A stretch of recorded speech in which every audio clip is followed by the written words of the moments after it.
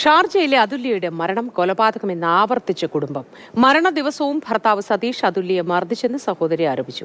മരിച്ചതിന്റെ തലേദിവസം അതുല്യ തന്റെ വീട്ടിൽ വന്നിരുന്നുവെന്നും പുതിയ ജോലിക്ക് കയറുന്നതിന്റെ സന്തോഷത്തിലായിരുന്നു അതുല്യെന്നും അഖില പറഞ്ഞു. നീ ഒന്ന് പോയാലും ഞാൻ കുത്തി കൊന്നിട്ടേ ഞാൻ അടങ്ങത്തുള്ളൂ. സതീഷ നീ എവിടെ പോനാ? നീ പോവോ? നീ കുഴപ്പിക്കോ?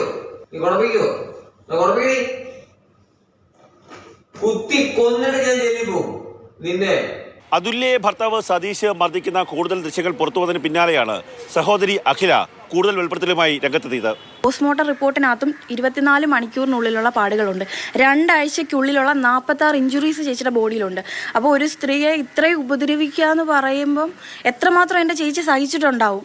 സതീഷിന് മറ്റ് സ്ത്രീകളുമായി ബന്ധമുണ്ടായിരുന്നു എന്ന ഗുരുതര ആരോപണമാണ് അഖില ഇപ്പോൾ ഉന്നയിക്കുന്നത്. അത് അതുല്യ കണ്ടെത്തിയിരുന്നു. അതിന്റെ പേരിൽ കൊടിയ പീഡനം അതുല്യ സതീഷിൽ നിന്ന് ഏറ്റുവാങ്ങേണ്ടി വന്നിരുന്നു എന്നുള്ള ആരോപണമാണ് പുറത്തു വന്നിരിക്കുന്നത്.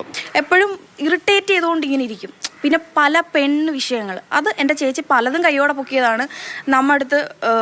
എൻ്റെ അടുത്ത് പറയും ഇങ്ങനെയൊക്കെ ഉണ്ടടി, തെളിവ് സഹിതം ഞാൻ കണ്ടു, എന്നിട്ടും പിടിച്ചു നിന്ന്. സ്വന്തം ഭാര്യ എന്ന പരിഗണന പോലും സതീഷ് അതുല്യക്ക് നൽകിയില്ല എന്നുള്ളതാണ് അടുത്ത ആരോപണം. കറിക്ക് എരിവ് കൂടിയെന്ന് പറഞ്ഞ് വരെ ഇഷ്യൂ ഉണ്ടാക്കിയിട്ടുണ്ട്. എന്തെങ്കിലും ഇഷ്യൂ വരുമ്പോൾ ചേച്ചി വിളിക്കും, അങ്ങനെ ടാക്സി എടുത്ത് നമ്മുടെ ഫ്ലാറ്റിലോട്ട് വരും, വന്ന് ഒരാഴ്ചയൊക്കെ നിൽക്കും. അപ്പോഴും നമ്മൾ പറയും നാട്ടിൽ കയറി ഇനി പോവരുത്, കാരണം ഇത്രയും ഉപദ്രവവും കാര്യങ്ങളും ഉണ്ടാവുന്നവരടുത്ത് നിൽക്കേണ്ട കാര്യമില്ലല്ലോ.